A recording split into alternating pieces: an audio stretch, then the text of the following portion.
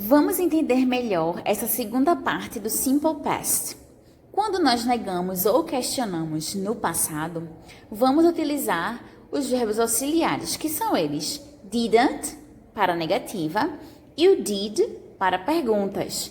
Então, se eu digo We studied mathematics, nós estudamos matemática. Se eu quero negar, eu vou utilizar o didn't antes do meu verbo principal, que nesse caso é o studied.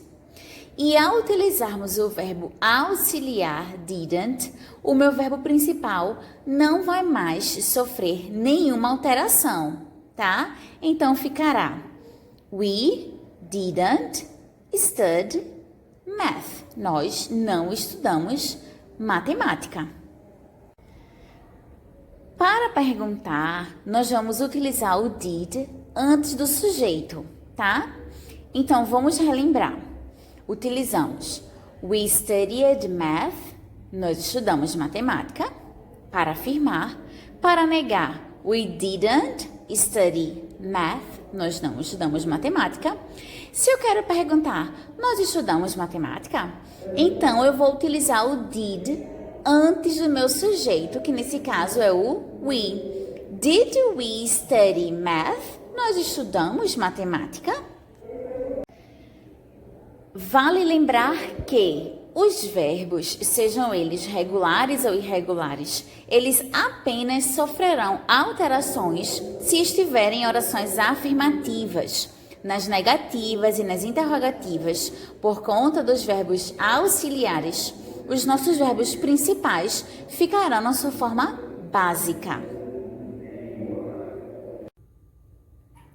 O Simple Past é o tempo verbal utilizado quando nós queremos falar de situações passadas. Os verbos poderão se dividir em regular verbs, porque sua terminação sempre será de, ed ou ied, e irregular verbs, porque eles não seguem a qualquer regra e nós precisaremos memorizar a sua forma passada. Lembrando que essas alterações aqui ao verbo só acontecerão quando as orações forem afirmativas. Para as orações negativas ou interrogativas, utilizaremos os auxiliary verbs, que são os verbos auxiliares. Didn't, para as orações negativas, e did, para as interrogativas. Nas orações negativas, negative sentences, utilizaremos o didn't antes do verbo principal.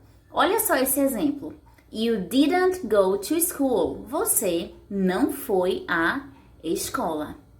Como a oração é negativa, utilizamos o didn't, que é o verbo auxiliar, e o verbo principal, go, ficou na sua forma básica. Em orações interrogativas, utilizaremos o did lá no início da oração. Percebam aqui. Did you go to school? Você foi à escola? Utilizamos o did antes do sujeito e o verbo ficou na sua forma básica, sem nenhuma alteração.